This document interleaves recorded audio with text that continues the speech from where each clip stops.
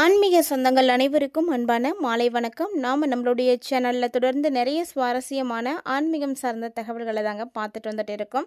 அந்த வரிசையில் இந்த பதிவில் என்ன பார்க்க போகிறீங்க அப்படின்னா, கடகராசி நேயர்களுக்கு ஜூன் மாதம் 20ஆம் தேதிக்கு பிறகு ஏற்படக்கூடிய முக்கியமான மாற்றங்கள் என்ன, அதோடு மட்டும் இல்லாமல் இந்த காலகட்டங்களில் நீங்கள் செய்யக்கூடிய பரிகாரங்கள், வழிபாட்டு முறைகள் என்ன அப்படின்றத பற்றியும் தொடர்ந்து பார்க்கலாம். பொதுவாக ஒருவருடைய வாழ்க்கையில் மாற்றங்கள் அப்படின்றது ஏற்படுது அப்படிங்கிறது தான் அது இயல்பான ஒரு விஷயந்தான். இந்த மாற்றத்துக்கு முக்கியமான காரணமே கிரகநிலைகள் தாங்க. ஒவ்வொரு கிரகநிலைகளுக்கு தனிப்பட்ட முறையில் தனித்துவமான தன்மைகளானது இருக்குது. ஸோ அப்படி பார்க்கும் பொழுது ஒரு கிரகம் இன்னொரு கிரகத்தை மாதிரி இருக்கிறது கிடையாது. அதே மாதிரி தான் ஒரு கிரகம் மாறுது அப்படின்னா அந்த கிரகம் பார்த்திங்கன்னா எல்லா ராசிகளுக்குமே அதனுடைய தாக்கத்தை ஏற்படுத்தி கொடுத்துட்டு தான் போகும். ஒரு சில ராசிக்கு அது நல்ல விஷயமா இருக்கும், அதே ஒரு சில ராசிக்கு பார்த்திங்கன்னா கொஞ்சம் சவால் நிறைந்ததாக இருக்கும்.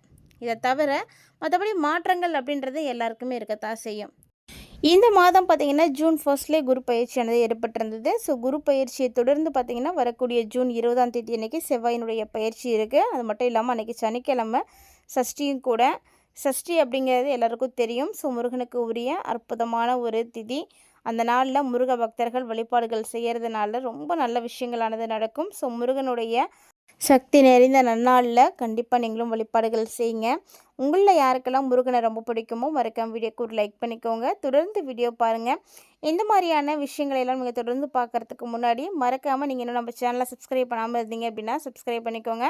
கூடவே பக்கத்தில் இருக்கிற பெல் சிம்பிளையும் கிளிக் பண்ணி வச்சுக்கோங்க. அப்போ தான் நாங்கள் போடக்கூடிய வீடியோக்கள் எல்லாமே உங்களுக்கு நோட்டிஃபிகேஷனாக உடனுக்குடன் வந்தடையும். நீங்களும் பார்த்து பயன்பெறலாம். வாங்க வீடியோக்குள்ளே போகலாம்.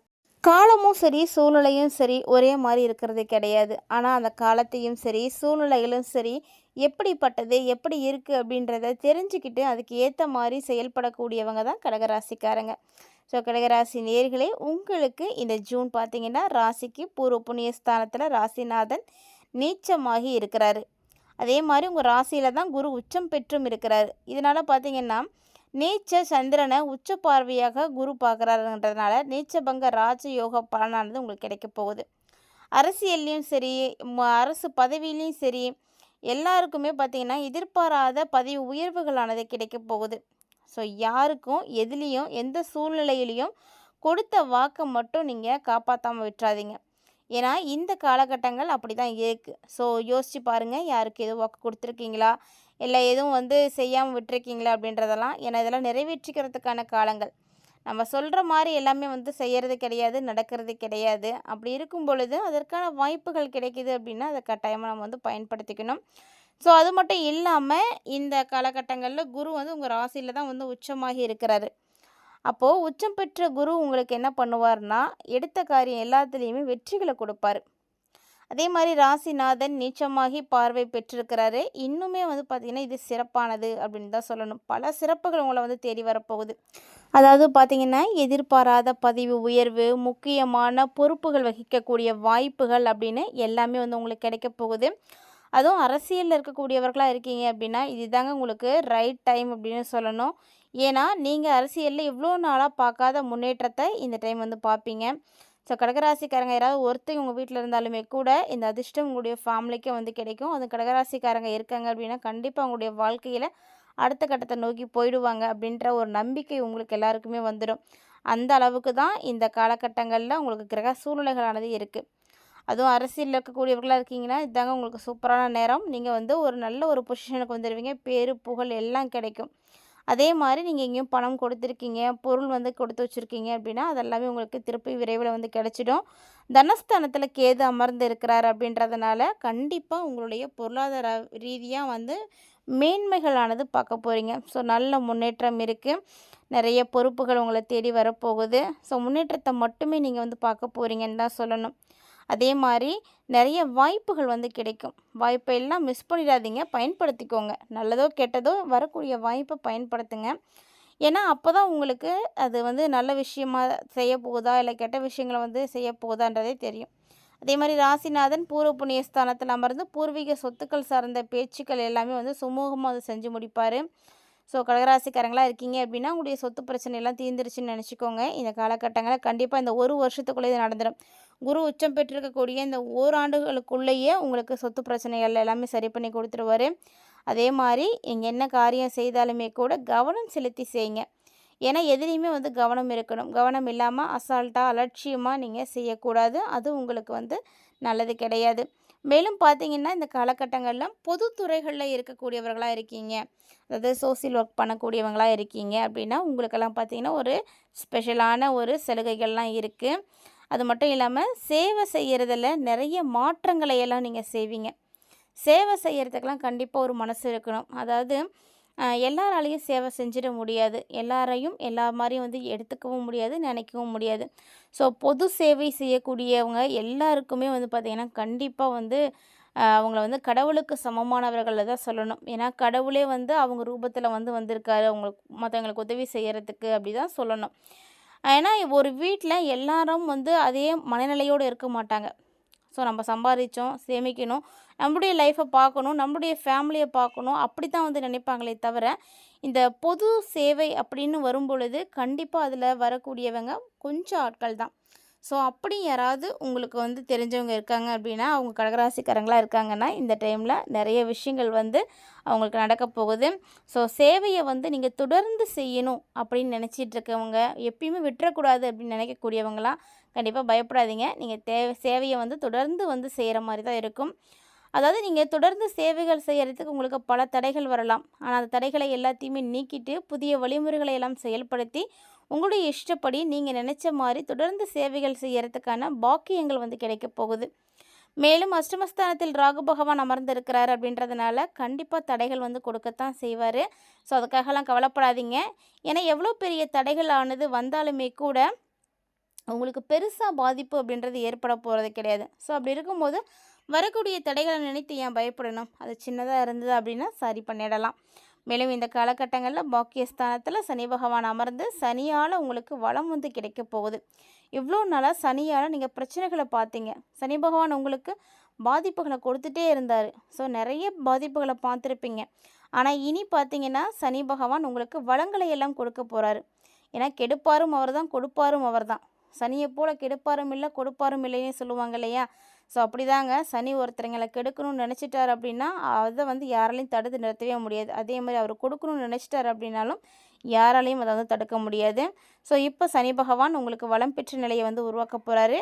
பாக்கியஸ்தானாதிபதி சனியை பார்க்குறது அப்படிங்கிறது ரொம்ப சிறப்பானது.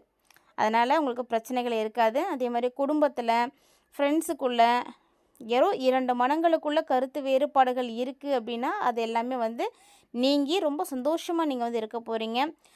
அது மட்டும் இல்லாமல் கடகராசிக்காரங்க இந்த காலகட்டங்களில் எதுக்கு முக்கியத்துவம் கொடுக்குறீங்களோ இல்லையோ உங்களுடைய உழைப்புக்கு நீங்கள் முக்கியத்துவம் கொடுப்பீங்க. ஸோ உழைப்பு அப்படின்றது ரொம்ப முக்கியமானது. அந்த உழைப்பை வந்து நீங்கள் மூலதனமாக போட்டிங்க அப்படின்னா போதும், ஒரு சிறந்த இடத்துக்கு வர முடியும். யாரையும் நம்பாமல் உங்களுடைய முயற்சி உழைப்புக்கு மட்டும் முக்கியத்துவம் கொடுங்க. அதே மாதிரி ஒரு தொழிலுக்கு நீங்கள் முதலாளியாக இருந்தாலுமே கூட எப்போவுமே உழைக்கிறத வந்து விடவே மாட்டீங்க. ஸோ அந்த அளவுக்கு உங்களுக்கு உழைப்பு ரொம்பவே பிடிக்கும். இந்த டைம் உங்களுடைய தொழில் ஸ்தானாதிபதியும் யோகாதிபதியுமாக இருக்கக்கூடிய செவ்வாய் சிறப்பான இடத்துல ஆட்சி பெற்றிருக்காரு. செவ்வாய் பகவான் பார்த்தீங்கன்னா ராசியை பார்வையிடுறாரு. அதே மாதிரி குருவையும் பார்க்குறாரு. அப்படின்றதுனால கட்டாயமாக உங்களுடைய தொழில் வந்து ரொம்ப ரொம்ப சிறப்பாக இருக்கும். ஸோ தொழிலுக்காக நீங்கள் முயற்சிகள் எதுவும் செய்கிறீங்கன்னா தாராளமாக செய்யலாம். தொழில் வளம் ரொம்ப நல்லா இருக்குது. அதே போல் குடும்ப ஒற்றுமை அப்படின்றது ஏற்படணுன்றதுக்காகவும் ஒரு சில விஷயங்கள் நீங்கள் எடுத்து செய்யலாம். ஸோ அதுவுமே உங்களுக்கு நல்ல வெற்றிகளை கொடுக்கும். நீங்கள் எடுக்கக்கூடிய முயற்சிகள் எல்லாமே நல்ல பலன்களை மட்டும்தான் உங்களுக்கு வந்து கொடுக்க போகுது. ஸோ நீங்கள் பயப்படாதீங்க. தொழிலில் முதலீடுகள் செய்யணும்னு நினைக்கிறீங்கனாலும் தாராளமாக செய்யுங்க. தொழில் முதலீடுகள் மூலமாக உங்களுக்கு நல்ல வருமானம் வரும். நல்லபடியாகவே நீங்கள் இருக்க முடியும். ஸோ அது மட்டும் இல்லாமல் லாபஸ்தானத்தில் சூரியன் அமர்ந்து சந்திரனை பார்க்குறாரு அப்படிங்கிறது ரொம்ப நல்ல விஷயம். அதாவது இதுதான் வந்து கொடுத்து வைத்த ஒரு பலனாகவே உங்களுக்கு வந்து சொல்லணும். இந்த காலகட்டங்களில் ரொம்ப நல்லா இருக்குது. தனாதிபதி லாபஸ்தானத்தில் அமர்ந்து பூர்வ புண்ணிய ஸ்தானத்தை பார்க்குறாரு அப்படின்றதுனால பூர்வ புண்ணியத்தில் ஏற்பட்டிருக்கக்கூடிய பிரச்சனைகள், உதாரணத்துக்கு பார்த்தீங்கன்னா ஜென்ம சாபங்கள் இருக்கிறது, தோஷங்கள் இருக்கிறது, பரம்பரையாக வந்து சாபங்கள் வாங்கியிருக்கிறது, குலசாபங்கள் இருக்கிறது, இது எல்லாமே வந்து சரி பண்ண முடியும். எல்லா பிரச்சனைகளுக்குமே கண்டிப்பாக தீர்வு அப்படின்றது ஒன்று இருக்குது. அப்படி பார்க்கும் பொழுது இப்போ பூர்வ புண்ணியஸ்தானத்தில் ஏற்பட்டிருக்கக்கூடிய இந்த ஜென்ம சாபங்கள், தோஷங்கள் இது எல்லாத்தையுமே உங்களால் பரிகாரத்தின் மூலமாக கட்டாயம் சரி பண்ணிக்க முடியும். ஸோ அதுக்கான சரியான நேரம் வந்து இப்போ தான் அமையப்போகுது. ஒரு சிலருக்கு பார்த்தீங்கன்னா, எதுவுமே வந்து செய்ய முடியாது. செய்யணும்னு நெனச்சா நேரம் இல்லாம போயிடும். இல்லனா காசு இல்லாம போயிடும். இல்லனா வந்து அதுக்கான வாய்ப்புகளே அமையாம போயிடும். இல்லனா சூழ்நிலைகள் வந்து சரியா இருக்காது. ஸோ இப்படி ஒவ்வொருத்தருக்கும் ஒவ்வொரு மாரியான பிரச்சனைகள், ஆபத்துக்கள் அப்படின்றது வரதான் செய்யும். ஆனா இப்போ கடகராசிக்காரங்களுக்கு எல்லாமே வந்து சரியாகி நல்ல வாய்ப்புகள்லாம் கிடைக்க போகுது. ஒரு சரியான டைமிங்கும் கூட. கருத்து வேறுபாடுகளோட நீங்க பிரிஞ்சிருக்கீங்க அப்படின்னா கூட இனிலாம் கவலைப்படாதீங்க. ஸோ கட்டாயம் கடகராசியுடைய தம்பதிகள் இணைந்து வாழ்றதுக்கான வாய்ப்புகள் இருக்கு. அதேபோல முக்கியமா நெறைய பிரபலங்கள வந்து நீங்க நேர்ல சந்தித்து பேசுறதன் மூலமா, உங்களுடைய எதிர்காலம் வந்து ரொம்ப சிறப்பா இருக்குங்க. மேன்மை அடையறதுக்கான வாய்ப்புகள் நெறைய இருக்கு. குறிப்பா பொது வாழ்க்கையில இருக்கக்கூடியவர்களுக்கு தான் இந்த காலகட்டங்கள் ரொம்ப அட்டகாசமா இருக்குன்னு சொல்லணும். அதேபோல கல்வி பயிலக்கூடிய மாணவர்களா நீங்க இருக்கீங்க அப்படின்னா, கல்வியில நீங்க உயர்ந்த நிலையை அடைய முடியும். உயர்கல்வி பயிலக்கூடிய மாணவர்களுக்கு நெறைய வாய்ப்புகள் வந்து கிடைக்கும். அதே மாரி கலைஞர்களா இருக்கீங்க அப்படின்னா, உங்களுக்கும் நெறைய வாய்ப்புகள் கிடைக்கும். ஸோ கிடைக்கக்கூடிய வாய்ப்புகள பயன்படுத்திக்கோங்க. நல்லதே நடக்கும் கண்டிப்பாக. மேலும் இந்த காலகட்டங்கள்ல நீங்க எளிமையா செய்யக்கூடிய பரிகாரம் என்ன அப்படின்றதையும் நோட் பண்ணிக்கோங்க. கிரக சூழ்நிலைகள் உங்களுக்கு சாதகமா இருக்கக்கூடிய பட்சத்தில இந்த பரிகாரங்கள் உங்களுக்கு கண்டிப்பா வந்து கை கொடுக்கும். அப்படி பார்க்கும் பொழுது கடகராசி நேயர்களே புதன்கிழமை, சனிக்கிழமை இந்த 2 நாட்கள்லேயும் பெருமாள் கோவிலுக்கு நீங்கள் போயிட்டு பெருமாள் கோவிலில் மகாலட்சுமி தாயாரை வழிபாடு செய்யுங்க. மகாலட்சுமிக்கு பிடித்தமான விஷயமே வந்து தாமரைப்பூவு, மல்லிகைப்பூ வைக்கிறது, நெய் தீபம் போடுறது தான். ஸோ இதெல்லாம் வந்து செய்து நீங்கள் வழிபாடு செய்துட்டு வந்தீங்க அப்படின்னா, உங்களுடைய வாழ்க்கையில் இருக்கக்கூடிய பொருளாதார நிலை எல்லாம் சிறப்பாக இருக்கும். ஸோ கண்டிப்பாக வந்து பொருளாதாரத்தில் மேன்மைகள் வந்து கிடைக்கிறதுக்கான வாய்ப்புகள் நிறைய இருக்குது. ஸோ இந்த மாதிரி எளிமையான பரிகாரங்களை மிஸ் பண்ணாமல் வந்து செஞ்சீங்க அப்படின்னாலே போதும். நிறைய மாற்றங்களை நீங்கள் இந்த காலகட்டங்களில் சந்திக்கலாம். ஸோ ஒவ்வொரு கிரக அமைப்புகளுக்கு ஏற்படக்கூடிய பலன்களை பற்றி நீங்கள் தெளிவாக பார்த்துருப்பீங்க. கடகராசி நேயர்களுக்கு இந்த பதிவானது பிடிச்சிருக்குன்னு நினைக்கிறேன். பிடிச்சிருந்தது அப்படின்னா லைக் பண்ணுங்கள், ஷேர் பண்ணுங்கள், மறக்காமல் கமெண்ட் பண்ணுங்கள். இது மட்டும் இல்லாமல் இது மாதிரி இன்னும் நிறைய இன்ட்ரெஸ்டிங்கான தகவல்களை தொடர்ந்து பார்க்குறதுக்கு மறக்காமல் நம்ம சேனலை சப்ஸ்கிரைப் பண்ணிவிட்டு ஃபாலோ பண்ணிக்கோங்க.